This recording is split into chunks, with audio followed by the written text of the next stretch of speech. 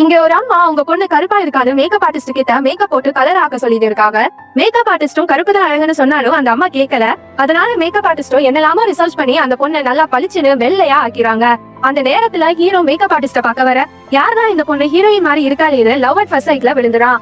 இப்போ ஹீரோ அந்த makeup artist கிட்ட கெஞ்சு எப்படியும் அந்த பொண்ணோட வீட்டு அட்ரஸ வாங்கி ஹீரோவும் அவங்க ஃபேமிலியோட பொண்ணு கேட்க அந்த பொண்ணோட வீட்டுக்கே போயிட்டாங்க. ஹீரோட ஃபேமிலிக்கும் பொண்ணு நல்ல கலரா வெள்ளையா இருக்காளேன்னு பிடிச்சு போய் ரெண்டு பேரையும் ஹீரோ ஹீரோயின் ரேஞ்சுக்கு அவங்க சொந்தக்காரங்க கற்பனை பண்ணிடுறாங்க. இப்போ ரெண்டு பேருக்கும் வீட்டு சம்மதத்தோட கல்யாணமும் நடந்துருது.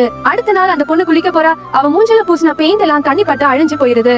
இப்போ அவ குளிச்சு முடிச்சிட்டு அவ மாமனார் மாமியார் முன்னாடி வந்து நிக்கிறா. அவளை பார்த்து ஷாக் ஆகி பயங்கரமா கத்த ஆரம்பிச்சுறாங்க.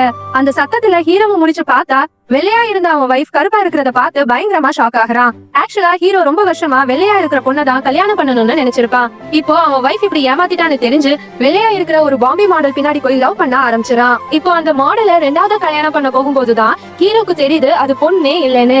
இப்போ அந்த மாடலும் ஏமாத்திட்டான்னு முதல்ல கல்யாணம் முடிச்ச பொண்ணுகிட்டயே வந்துறான். அந்த நேரத்துல அந்த பொண்ணு வாமிட் எடுத்துறா. இப்போ அவ பிரெக்னெண்டா இருக்கிறான்னு ஹீரோவோட அம்மா சொன்னதும் ஹீரோவும் கருப்பா இருந்தாலும் இவதான் என் வைஃப்னு சொல்லி இருந்துக்கிறா. இந்த வீடியோ பிடிச்சிருந்தா கருப்பு தான் அழகுன்னு கமெண்ட்ல மென்ஷன் பண்ணிட்டு சப்ஸ்கிரைப் பண்ணிருங்க.